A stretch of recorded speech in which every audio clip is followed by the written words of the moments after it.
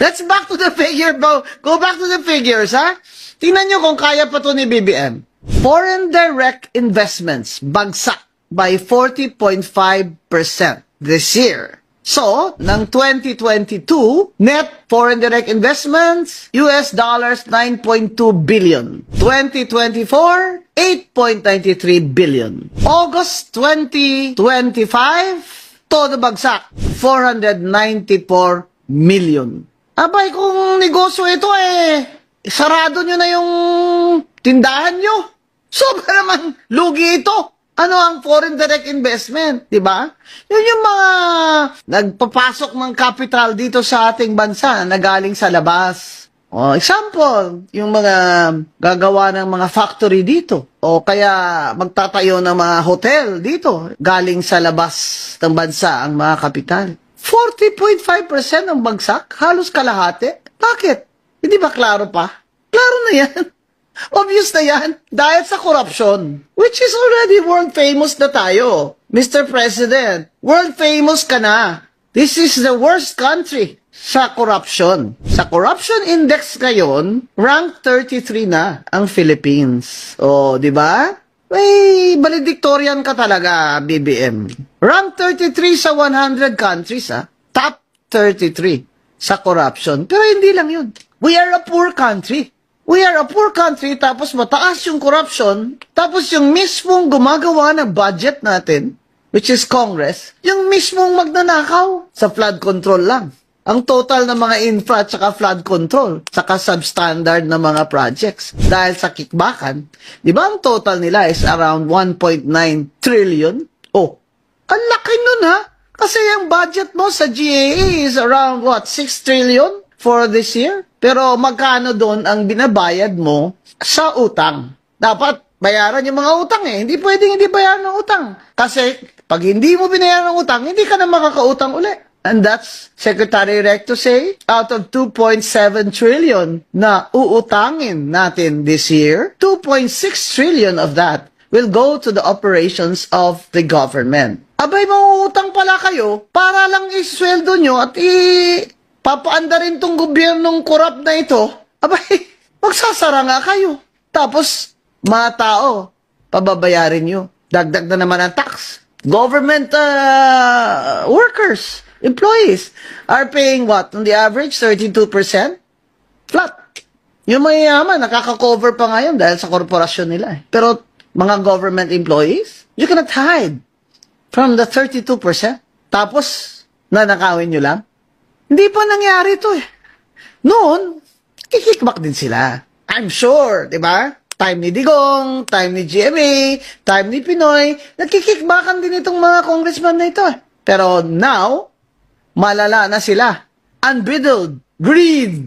Congress became a marketplace. That's what some Congress people told me. Imagine, you see them around. They're all walking around, visiting each other while the session is going on. What do you think they talk about? Whispering. Yung pala yung meron kang allocation dun sa 900,000. Bilhin ko na lang yan sa'yo. Bigyan na lang kita ng 10%. No sweat ka na. Tapos may contractor na siya na naghihintay dyan. Ito namang DPWH, bago pa mag-submit ng budget nila or National Expenditure Program sa DBM and Congress, naka-embed na ang 30% na kickbackan dyan. So, everything is overpriced. That's what Leandro Legarda also disclosed, di ba? And DBM knows that. The secretary knew that. Pero ano magagawa mo kung ang Speaker of the House ay pinsang buo ng presidente? And sabi ni Chavit Singson, nung inimbita ako, Unity, akala ko nililisin na lang pangalan nila. Hindi, nilampasan pa niya tatay niya Boy, nalamangan mo pa ang tatay mo. Bongga ka. Sa 27 years or so ng tatay mo, ganito lang ang nakuha niya. Ikaw, 3 taon pa lang. Bongga ka. Because the difference between Ferdinand Marcos then and Ferdinand Marcos Jr. now is Martin Luther King Romualdez. That's the difference. Because Bongbong is, is submissive. He's soft, in other words. You know? Diba? Sabi nga, mabait nga. Kasi, diba, he's parang meek. Diba? Sa English, meek. Here comes his first cousin who will promise him na ako ang ano mo, backer mo. Ako ang kapitan. Diba? I will be your whip. O, diba?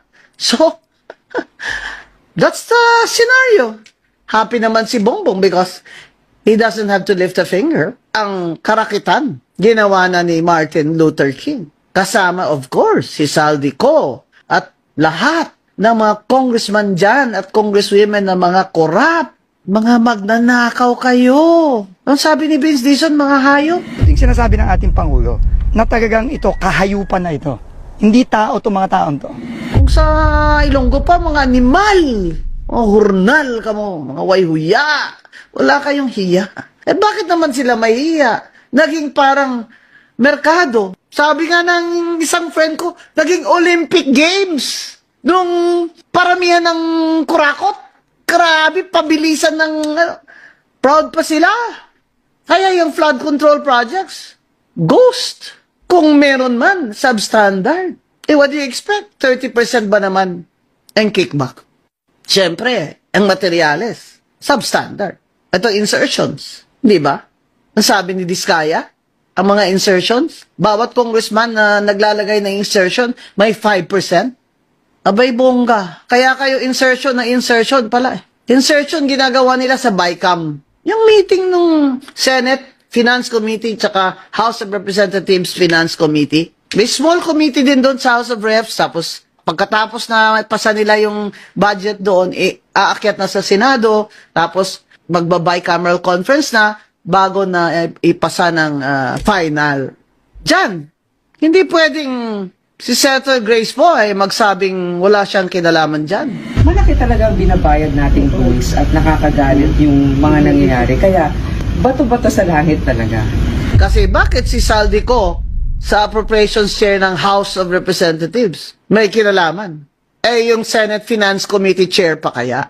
Sagutin niya. Kung hindi totoo, sagutin niya. Kasi nakakapaghinala eh. Dahil tumakbong party list ang anak niya. Kaya, yan ang problema sa political dynasty.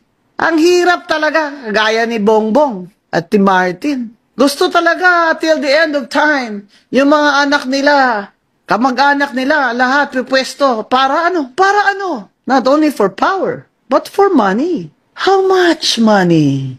They don't care if you are hungry. They don't care if the poor do not get health care. They don't care if children die because they cannot have surgery in the Philippine General Hospital or the Heart Center. They don't care. If you don't have jobs, 2 million Filipinos are unemployed. They don't care. 14 million Filipino families are hungry. Bongbong and Martin do not care. They talk about giving away all these funds as if it's theirs. Diba? Kita nyo naman si Martin, no? Bongga pa. Yung parang, yay! Gaganon-ganon pa siya, diba? Oh, 5,000 pesos! Ginawa pang rapol-rapol yung pera natin. Hayop kayo. Bayad kami ng bayad ng tax. Tapos ginaganyan nyo. Tapos pag nabuking kayo, masama pa kami. Politika lang kami. Politika, kaya kami ganyan. May pinapanigan kami. Tingnan mo. Nasaan si Martin Romualdez ngayon? Diba? He's nowhere to be found. Anong klaseng investigation committee yan? Yung ICI? Nag-excuse me si Romualdez, payag naman sila. Ba, gusto pa pumunta sa ibang bansa, magpapagamot daw. Ano bang sakit mo? Sakit-sakatin ang kamay ang sakit mo eh. Eh, wala namang gamot dyan. Dito ka lang magpagamot, pwede na yan. Ngayon, mga kababayan, sino ang dapat managot? Yan ang tinatanong natin sa mga rally. Bakit hanggang ngayon wala pang mananagot? Kasi si Martin Romualdez ang tinutukoy na mastermind ni Saldico. Kaya nila pinaalis si Saldico. Ako, I believe Saldico. Ako, I believe Gutesa kasi nag-corroborate sila ng statement ni Saldico na nag-deliver sila ng pera, mali-maleta at ilang sasakyan na pera sa bahay ni Romualdez. At sabi ni Saldico, sa bahay ni Bongbong Marcos mismo at sa Malacanang. Saka yung 100 billion in insertions, Sabi ng mga tagapagtanggol ni BBM. Bakit pa niya i-insertion yung 100 billion na yan dun sa BICAM? Kayang-kaya na namang ipasok yan sa NEP. Yung senaryo ganito, tapos na yung NEP, na-realize niya, aba, wala pala siya. Sila lang kikita, siya hindi kikita. Oh, so kaya inutusan niya. Ngayon si DBM Secretary Amina, sabihin mo kay Saldi ko, 100 billion sa akin, 25% kickback, 20 billion. Then Saldi said that he asked the two undersecretaries in Malacanang if it's really the order of the president. And they said yes. And then he asked Martin Luther King Romualdez if this is true. And what did Martin Luther King Romualdez say? What the president wants, the president gets. Meaning he confirmed it. Saldi ko, atchoy lang yun ni Romualdez. Tingnan mo naman itsura. Milyonaryo, bilyonaryo na kontraktor doon. Gusto pa ng more money, kaya nag-party list. Yan dapat yung anti-political dynasty law. Ipasa nyo na yan, Speaker D. Tsaka ako, gusto ko yung ginagawa mo. Kahit ikaw din, numero 1 ka rin may political dynasty dyan. Pero, nanggagaling sa'yo. Hindi ko lang alam anong itsura ng political dynasty law na yan. It is mangled to death. No? But, at least, it's a start. Diba? Dahil dyan, sa 2025 election na yan, kaya tayo ninanakawan ng todo nitong Martin Luther King at ng administration ni BBM. Kaya nagsalita na sila ngayon. Di natin i-excuse si Saldi ko. Mananagot din siya. Pero naniniwala ba ako sa kanya? Yes. Naniniwala ako sa kanya. And I hope that he stays alive and that there will be some way that he can testify. Ngayon ang sinasabi nila, bakit daw ginagawa ito ni Amy? Disclose the drug addiction of BBM. Masama siyang kapatid. Ang sinasabi nga ni Amy, uwi na tayo. Uwi na tayo. Hindi kita iwanan kagaya ng dati na when we were in exile, I took care of you as a parent. Pagamot ka na. Hindi ba, ako, I was really moved. When I saw her, she was crying when she was reading that. Kasi, alam naman natin na wala namang kakayahan talaga si Bongbong. Even when he was growing up, when they were in exile, Amy talaga took care of her brother. For her to say that, it was really out of sisterly love. Ikaw naman kasi BBM Kung ako, adik ako sa cocaine, bakit ako magpipresidente? Ano? Hilo? Tapos lahat kayo, titingin-tingin. Lagi kayong kung adik ba talaga ako o hindi. Ayan kasi. Sana hindi ka na nagpresidente. Di kahit anong gawin mo, wala kayong pakialam. Di ba? Nagpresidente ka. Lahat tumangad sa'yo. Sabihin nila, talaga tong Guansong wala nang karespeto-respeto. Oy, nung una kaya sa interview ko, sinabi ko, Mr. President, I hope you succeed because we are in the same boat. This is also my country and I want you to succeed. 3 years. Succeed ka dyan? Tourism kulelak. Functional literacy. Maawa na kayo, 8.9 million ng Pilipinos ang functionally illiterate. Lowest full year growth rate since 2020. Corruption index, number 33 out of 100. Foreign debt, 17.5 trillion. Pero ang flood control projects at mga infra projects, kung saan nagkikikbakan up to 30%, 1.9 trillion. Ang General Appropriations Act o budget natin ay nasa 6 trillion lamang. Mga kababayan, niloloko tayo nitong mga congressman natin at mga politiko at mga gahaman dyan sa DPWH. Nagtutulakan na sila ngayon. They're pointing fingers at each other.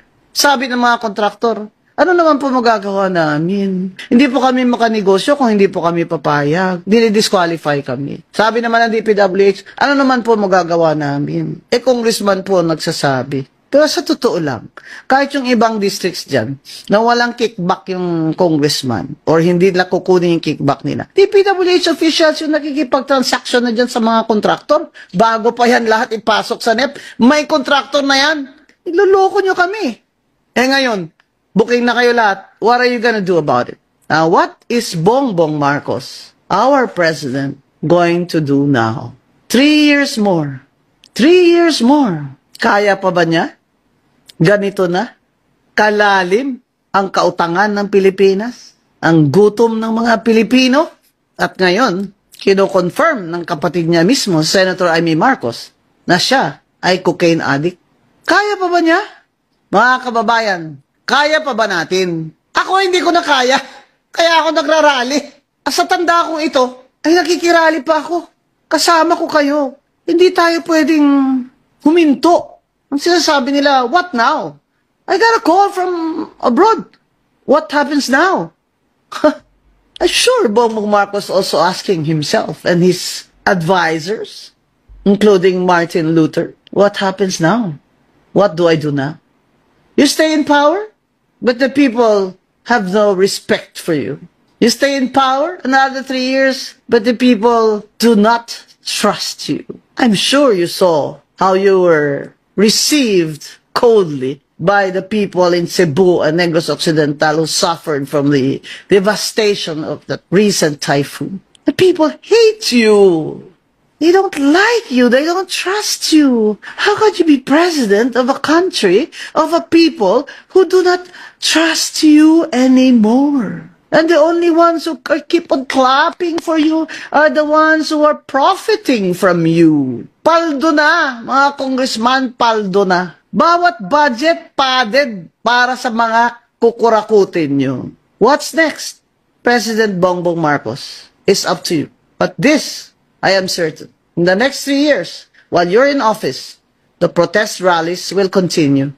We will continue. We cannot stop criticizing this corrupt government because we have the future of our children to think about. Mga kababayan, di na po pwedeng manahimik lang tayo. Kailangan na po. Magprotesta po tayo na may mananagot at hindi na mauulit itong kakurapan sa ating gobyerno. May mananagot. Dapat may mananagot hanggang sa puno-punuhan nito. Ang pinaka-mastermind nito. At kung kasama ang ating presidente, dyan, sa mga insertion at kickback, ay dapat managot din siya. Sana, bumaba na lang siya sa pwesto. Dahil halata naman talaga na, kahit ano pang depensa niya, wala na pong naniniwala sa inyo. Mga kababayan, para po sa hinaharap, the future of our children, huwag po tayong tumigil ng pagsiyasat at pag-criticize sa kasamaan at korupsyon ng gobyerno ni Bongbong Marcos.